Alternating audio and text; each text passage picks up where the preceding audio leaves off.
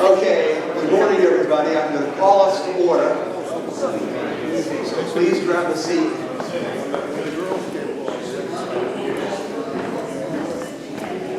There never seems to be enough time to be able to adequately cover things and then to be able to entertain your questions. So I want to try to get started as close to 10 o'clock as we can. So welcome to everybody who is here this morning. I see a number of faces that were here last week and now you've returned.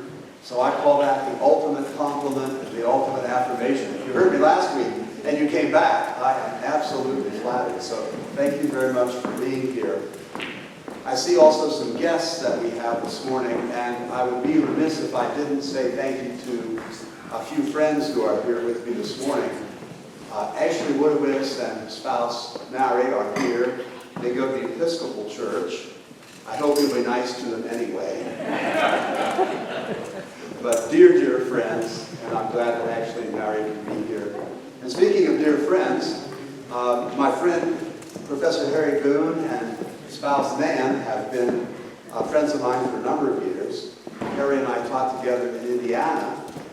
He is an artist, a very acclaimed artist. And Nan's a very insightful and knowledgeable art historian, so she helps me keep on top of things, because I can't even spell Rembrandt. And so she helps me with that. Harry and I have been friends for over 20 years. 29 years? Harry did tell me he's enjoyed about 15 of those. So welcome to these friends, and welcome to all of you. A couple persons have also said, if I want to learn more about St. Francis, whom we discussed last week, or Hildegard of Bingen, we're discussing this morning, is there some kind of literature or some kind of book that you would recommend? So, at the risk of a very, very selfish, cheap commercial message, yes, there's a book I would recommend.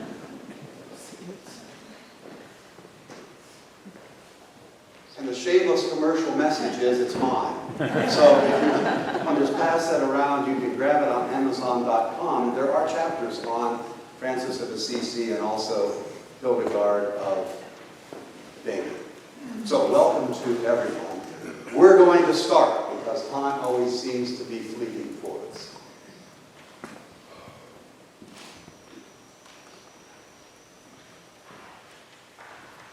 Hildegard of Bingen, one of the most remarkable women of the Middle Ages, I think one of the most remarkable persons of the Middle Ages, and perhaps one of the most remarkable persons of all time. I hope I convinced you this morning that she was absolutely exceptional. Not only a visionary, not only a writer, not only a fledgling scientist, but also a musician. We call her Hildegard of Bingen, and there's a shot of Bingen in Germany. She was actually born in Bergisheim, which is about 12 miles southwest of Mainz in Germany. She was the 10th of 10 children. And there was a tradition back then, not an obligation, but a tradition, that the 10th child would sometimes be dedicated to the service of God. So as the 10th child, she was dedicated to the service of God, and that meant entering a nunnery. And you might be thinking, oh goodness, wouldn't that be a terrible thing? Not necessarily, because women in the nunnery could be educated, and they also escaped being married and having children. And childbirth was a very, very risky and dangerous proposition back then.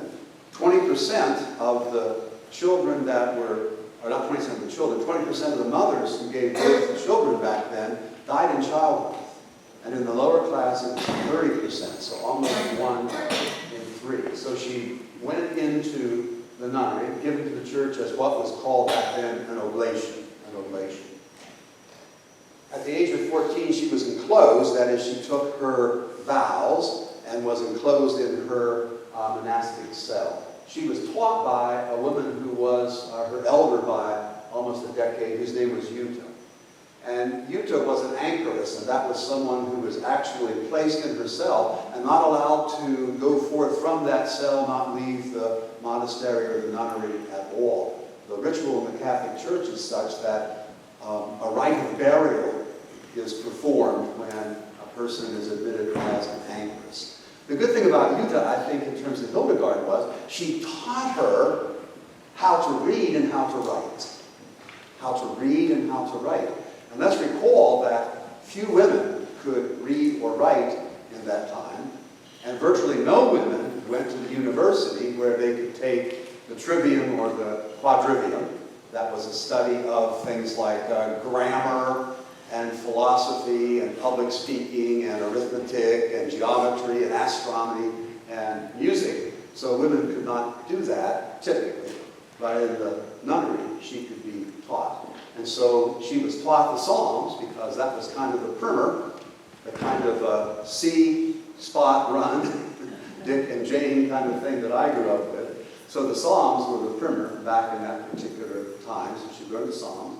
And Yuta also taught her how to play a musical instrument, the psaltery, which is a 10-string guitar-like instrument, square in shape, and probably sounds a bit like the zither or about the perhaps the dulcimer.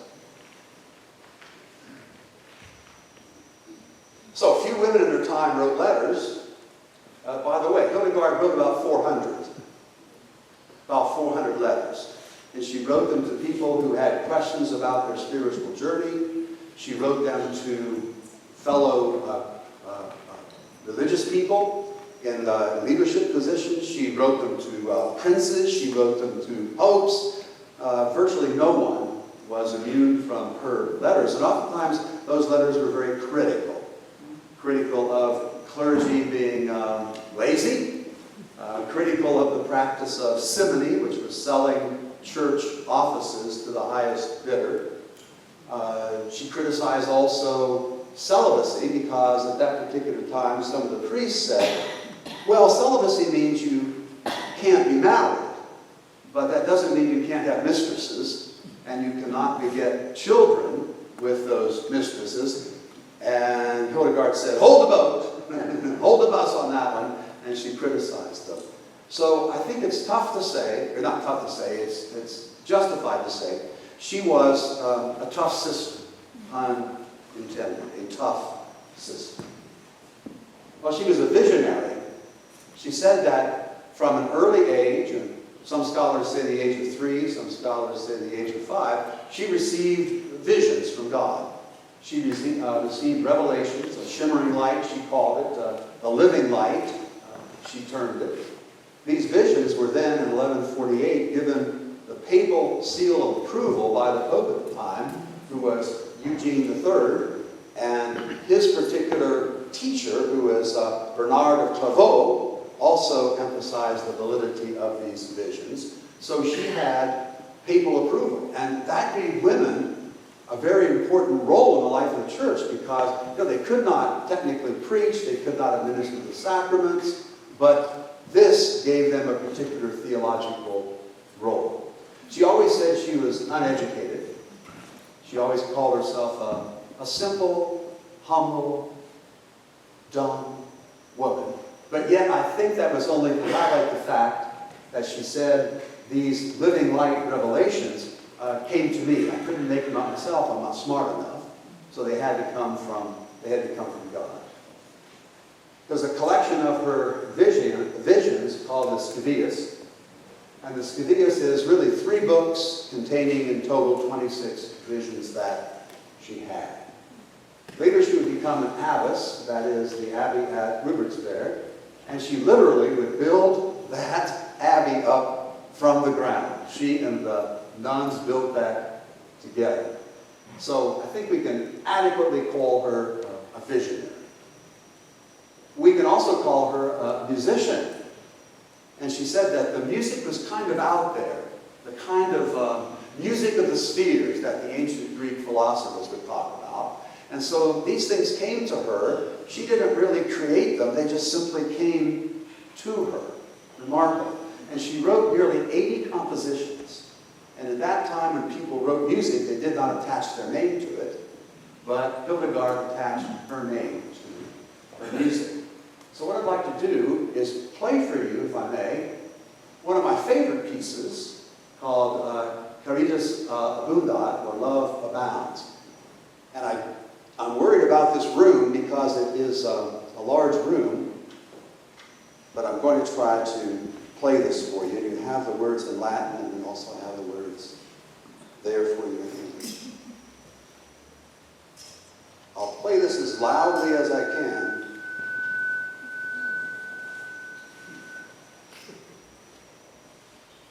Kaleidoscope.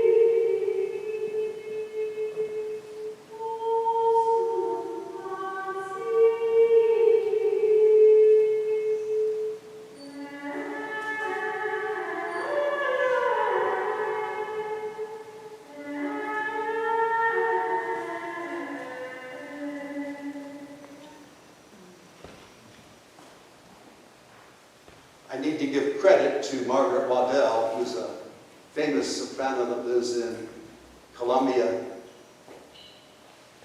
Missouri, rather than Columbia, South Carolina, who performs beautifully a number of Hildegard's songs.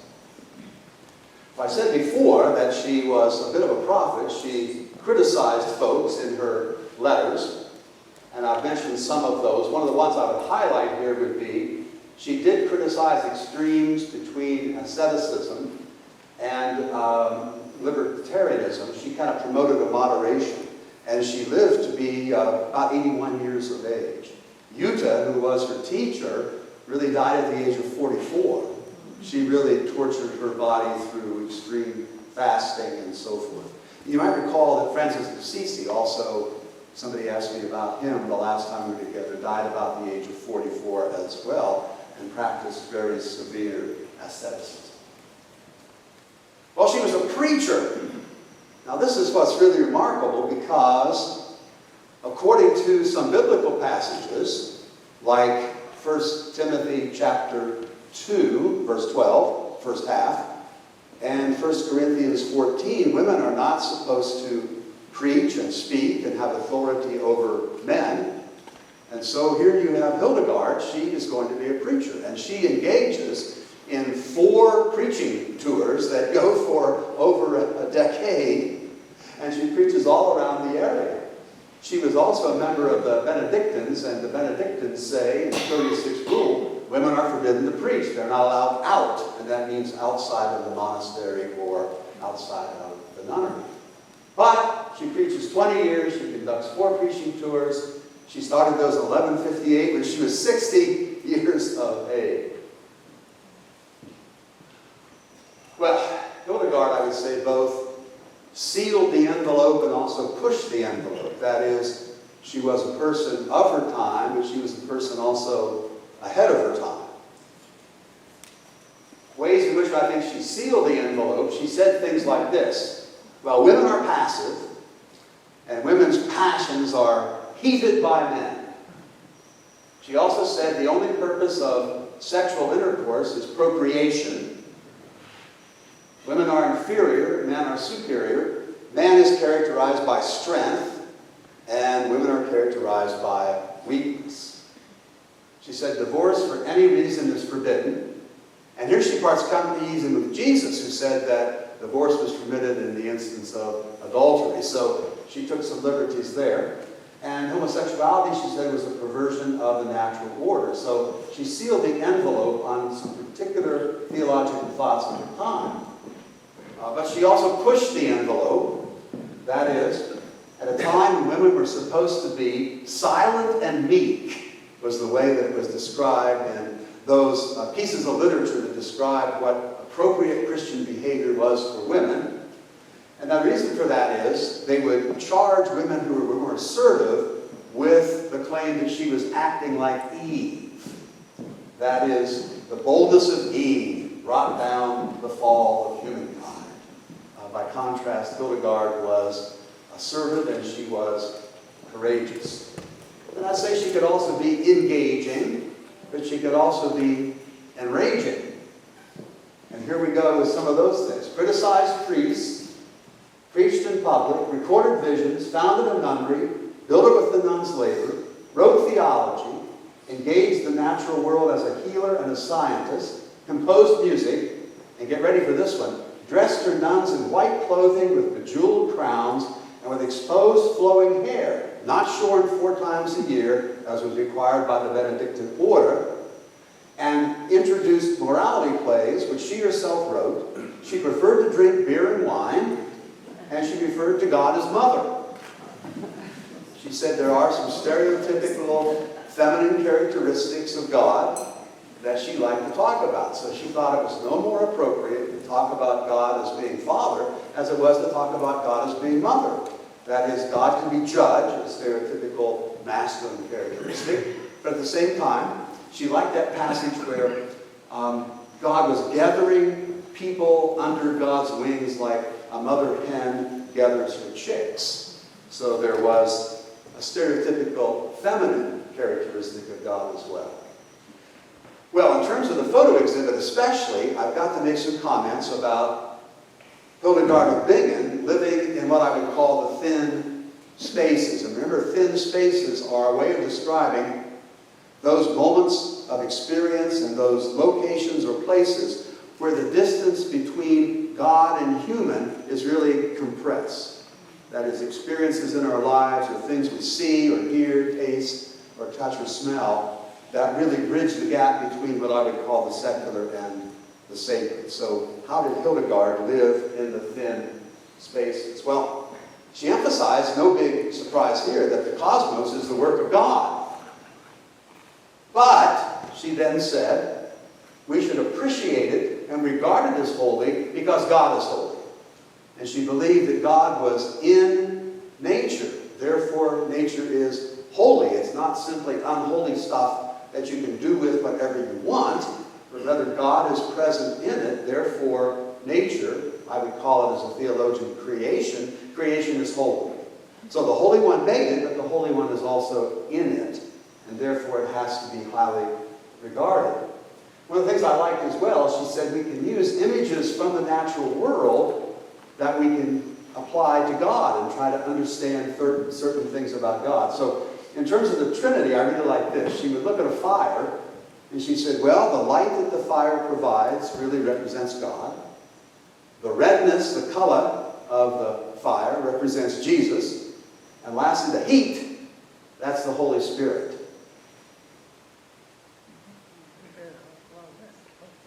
She also said, for example, try to understand human beings, let's say our relationship between our body and our soul. She said, well, the sap in a tree, that's the way the soul is related to your body.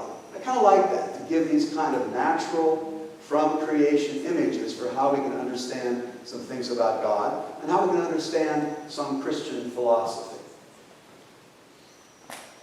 One of the things she suggested, she coined a word that was called veritas. And veritas, she said, permeated everything that is. And it is provided by God, who is also characterized by veritas. I suppose we could define that as being a kind of freshness or greenness or a kind of fertility that seems to abound in the natural world. And then very significantly, I think, foreshadowing Carl Sagan, who would say 800 years later about billions and billions, you remember Carl saying billions and billions. So she thought that creation and humans were both made of what she called cosmic dust. And Carl Sagan would say that in his program, Cosmos, 8 centuries after Hildegard. Before I talk about her being a scientist, remembering that the word scientist is only coined in 1833, right? So to talk about her being a scientist is a little bit presumptuous, but she did examine the natural world. But I'd like to say that she believed that human beings and all of creation was really a microcosm of the macrocosm of veridity. So there's a sense in which we're connected to the natural world. And she liked that passage in Genesis chapter 2 that talks about Adam being made from the dust of the earth. Remember that passage from the 2nd chapter of Genesis? That God makes Adam in Hebrew, from the dust. And the word for dust in Hebrew is Adamah. So any little Jewish kid gets the play on words, right? Adam from Adamah, right? Adam from the dust. And recall the story. Adam is created, and then all the other species are created too. And where are they created from? Adamah, from the dust. But there is no partner found to be fit and suitable for Adam. And then Eve is created. So there's a sense in which we share dustiness, if you will, with all of creation. Adam made from the dust, all other species also made from Adamah, or dust. So in her book, the Physica, which is really 9 books filled with her examination of the natural world, she describes a number of species, and then she proposes some cures. Now you're going to find some of these cures very funny, but here's the point. It's not their humor that's significant. What is significant is she found us to be related to the natural world, so the natural world will therefore provide cures for maladies and diseases that we might be encountering or be afflicted with. And hey, today, how many of our pharmaceuticals have their root in the rainforest? Guess what percentage? 80%. 80% of our pharmaceuticals have their base in the rainforest. Now, as an environmental scientist, I'll back up and say to you, the problem then is we're killing the plants and animals faster than science can even catalog them and analyze them. That's the problem. So we could have a cure out there for Alzheimer's and other kinds of things that we encounter and contend with, but we're destroying the rainforest faster than we can begin to tap that resource. So she understood that back then. So the humor of these things ought not to obscure the fact that she was seeing an intimate relationship between human beings and the natural world, one that could be a healthy relationship. So here are a few of them. For epilepsy, we're going to drink water in which a dead mouse has been boiled. I know someone says, oh, rats. If you have jaundice, you tie, and I should emphasize here, an unconscious bat into your left. For skin disorders, you need to eat crushed cherry seeds mixed with bear fat. For a headache, eat peaches. Okay. For certain wounds, treat with a mixture of wine and olive oil. Now that works. I mean, olive oil and wine since the beginning of time, even back in the time of Jesus and before, was used for a variety of purposes. You know, olive oil you can use to light lamps, you can use it for cooking, you can also use that to treat wounds. For heart pain, stomach pain, and colds, use an emerald.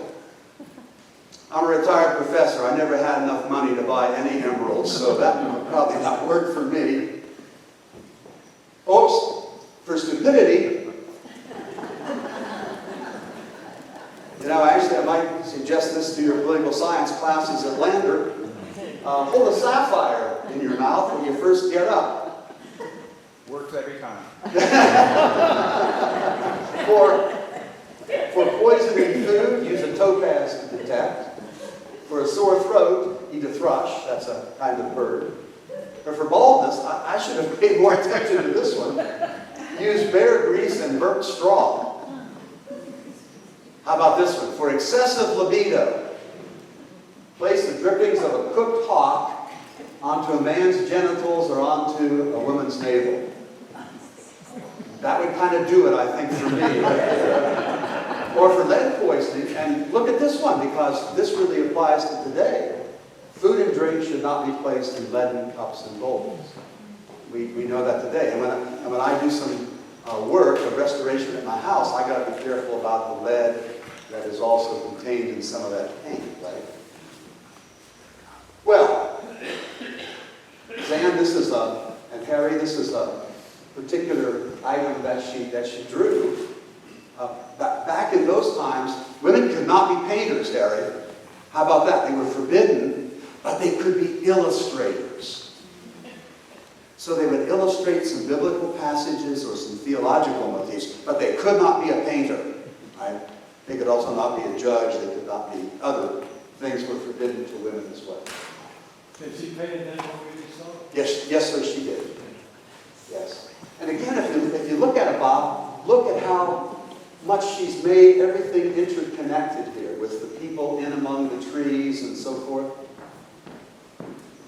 I like that. And your question prompts me to say, remember when we talked about St. Francis, and he saw the natural world as kind of a wagon wheel that was lying flat down.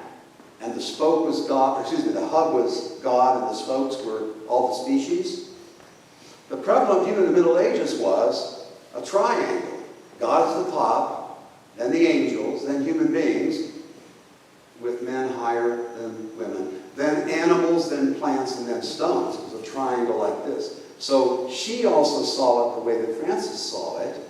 There's a sense in which we're related to everything else. It all joins with God in the center, but we're simply one species among other species.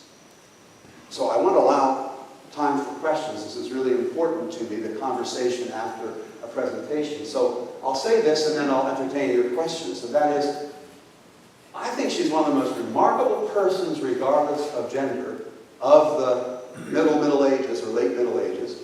I think she's also one of the most incredible persons of all time. I find her fascinating. I also find that most of us Protestants don't know about Hildegard of Bingen. Some of you do because of music, and I know Mr. Mack has taught music appreciation courses and has taught about Hildegard of Bingen, but for most common Christians, she's unknown. Better known in Catholic and Episcopalian circles, but I find her fascinating. And I think there's a way in which she lived in tune, pun intended regarding her music, in tune with the natural world, and she lived in that area that we might call thin spaces between the human and the divine. Well, that's enough for me, and I did exactly what I wanted to do. I wanted to do that in 30 minutes so we could talk. I always feel badly that there's not enough time for your questions, so if you've got them, I'll do my best to answer. If I don't know the answer, I'll just make something up. I'm surprised. There were like 3 hands up simultaneously, so let's go with Bob, and we'll go back to you. Is that fair? Okay, fire away. You got first shot. At the time she was preaching and living, what the results? I mean, she bringing converts to. Oh.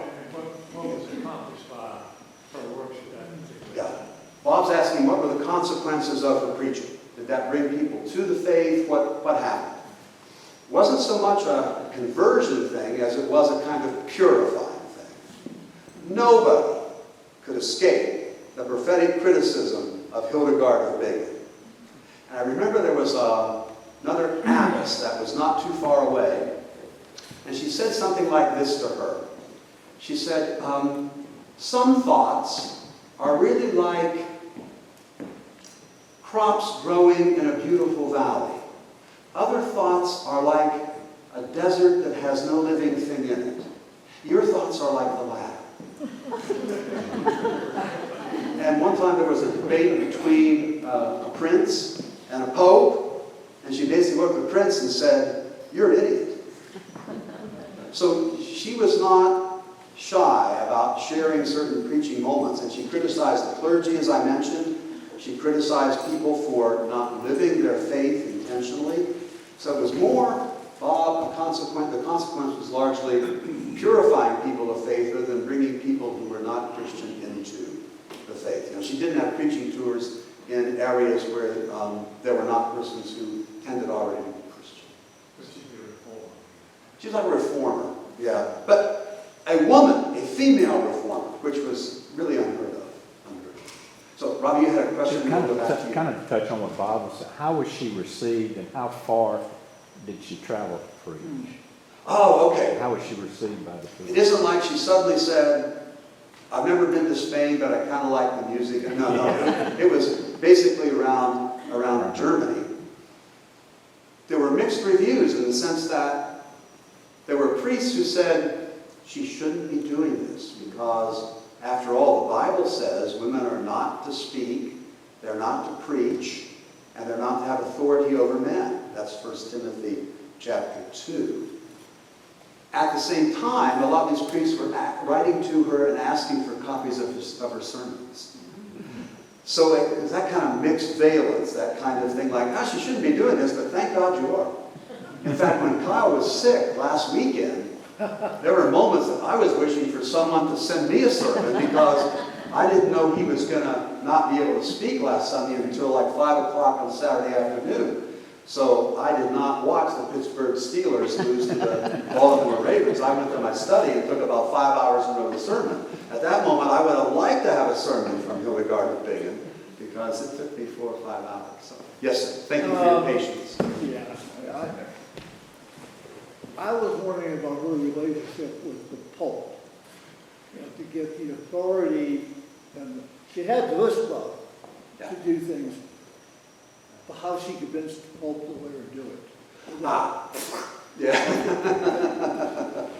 Well, there was a meeting of the church, the Council of Trier, and at that particular council, her teachings and findings and her revelations were presented. And Bernard of Clairvaux, a very famous theologian at that time in the life of the church, presented them as being really valuable. And so then the Pope said, okay, I think these are valuable contributions to matters of faith and practice. So he supported her. Now, what that did back at the place where she was, her superior was a male. His name was Cuno, C-U-N-O. And he loved her and hated her in the same breath because she was a pain in the posterior. I'll say that delicately. At the same time, she was a marquee celebrity. And so that brought a lot of attention. People were coming from all over the place to spend time with her and to visit. And so Cuno, who had to kind of put up with her, at the same time appreciated what she was doing by bringing attention to that particular monastery. So, yes, sir, please. Was she ever seriously threatened with even execution? The question is, was she ever seriously threatened with execution? The answer is no. She was threatened occasionally with excommunication because on one occasion she was told to take a parishioner's body out of the cemetery because that person did not deserve to be buried in that particular church's graveyard. And she said, I'm not going to do it. She said that person really made a deathbed confession and became a Christian, and the remains should stay in that cemetery. Some of the authorities didn't like that, and so they said, for a short period of time, we're not going to let you participate in the Holy Mass, which back in that time meant basically being cut off from spiritual nurture, right, from spiritual nutrition, but then they reversed themselves on that. So did she sometimes run into some trouble? And they said, oh, yes. But to my knowledge, she was never threatened with execution, but excommunication, which in a way is a kind of spiritual execution, if you will, in terms of being cut off from the sacraments of the church. So it wasn't smooth sailing all the time. Yes, sir, please. I think you alluded to this before, but with reformers like Luther and people that came before him, they have access to her information, her teachings, and so forth. Oh, great question. He asked whether reformers that came after her would have access to Hildegard, and the answer is yes, except that reformers oftentimes were very critical of the Catholic tradition, the Protestant, the protesters, right? So they were aware of that, but sometimes she's Catholic, so you got to be kind of careful, right? So did they have access? Yes. And she wrote a lot of things in Latin, which of course was the lingua franca of the time.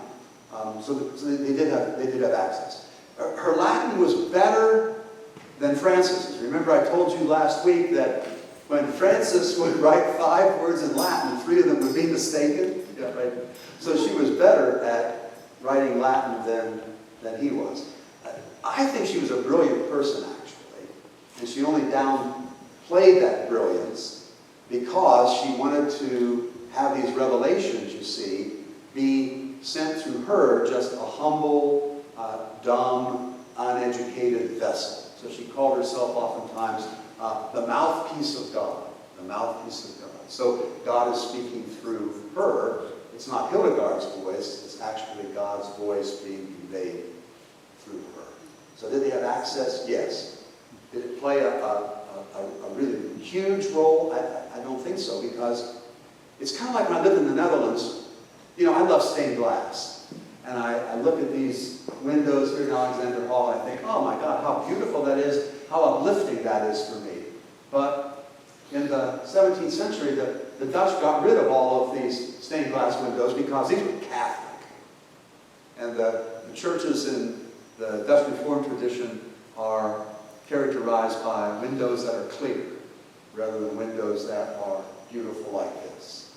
And because they're Catholic, they're Catholic windows. And we want Protestant clear windows. I actually like these windows. Some other questions you might have. Boy, these are great questions. Thank you for them. Would you say that her teachings are relevant today, and that she followed in seminaries, and has she received today, or maybe she followed? Oh, good question. Bob just asked, are her teachings prevalent in theological schools today? The answer is depends on which theological school. I'm sure if you were at an Episcopal school or Roman Catholic school, Hildegard might be more familiar. But when I was at Princeton, we never, ever talked about Hildegard of Bingen. We talked about a bunch of other folks, but especially John Calvin, but we didn't talk about Hildegard of Bingen. Sir, you had a question back there. Thank you for your patience. Was she canonized? Oh, thank you. What a great question. Was she ever canonized? Yes. She was canonized in 2012. Wow. But you know when she died, right? You know that from the 12th century. I think, and I could be wrong here, and I frequently am, I think for sexist reasons she was not canonized so quickly. Francis of Assisi, how long did it take him to get canonized as a saint of the church? 2 years. Less than 2 years. Less than 2 years. Less than 2 years. It takes her, you can do the math, from all the way the 12th century to the 21st century when she's canonized by Benedict XVI. So yes, she is canonized now, so we can technically say Saint Hildegard of Bingen. And I find her to be fascinating. You got to be thinking about this at a time when women were pieces of property. You know, you're born, children, and you're the property, I mean, the legal property of your father. And then when you get married, you only have two choices, really. You get married or you become a nun. Those are two vocations. Or I guess the third possibility is you become a prostitute.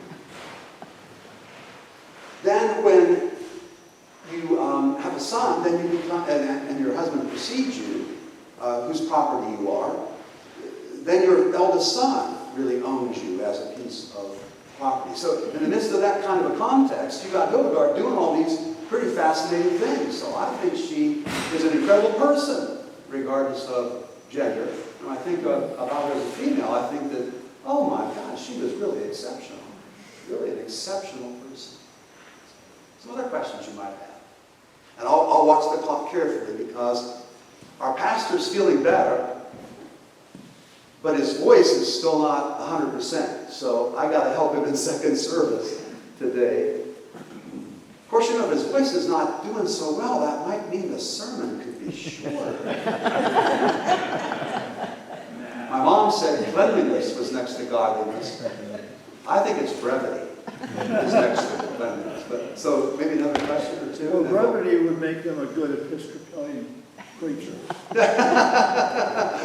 The Woodowitses are saying, amen, amen. I got to tell you, I once spoke at an Episcopal church, and the priest there said to me, you've got 8 or 10 minutes. And I said, we Presbyterians, you got it. You're just warming up. You got it. To get through my jokes. That's the introduction for a Presbyterian. That just sets the stage, Dr. Woodowitz. And I said, well, what happens if I'm still talking and 8 or 10 minutes time has elapsed? And the floor opens up and you disappear down there. So, yeah. So, Kyle will be a Presbyterian today. We're not going to get off with just 8 minutes. Cliff, Yes, actually, please. September 17th is her feast day. Yes, sir. Yes. So September 17th comes around, and it's time to remember Hildegard. Well, seeing no more questions then, let me close this with a word of prayer. For those who've already worshipped, you can vamoose, you can look at some of the photographs. For those who need to worship, we can run down there together, and we'll get ready for worship at the 11 o'clock service. Gracious God, who is the Creator, the Redeemer, and also the Sustainer, we give you thanks for all the persons of faith who have tried to follow as disciples of Christ and your servants in the world. And so we thank you for Hildegard of Bingen, a person of her time, a person ahead of her time, and maybe a person also a bit for our time as well. Help us to emerge forth from this room fortified by the things we've learned, the things we've thought, the reactions we've made, the feelings we've had. That the world might be a better place because you are transforming us as we seek to transform the world. We ask this in the name of Christ. Amen. Thank you so much for being here. It's been a pleasure for me. Excuse me? Oh, thank you.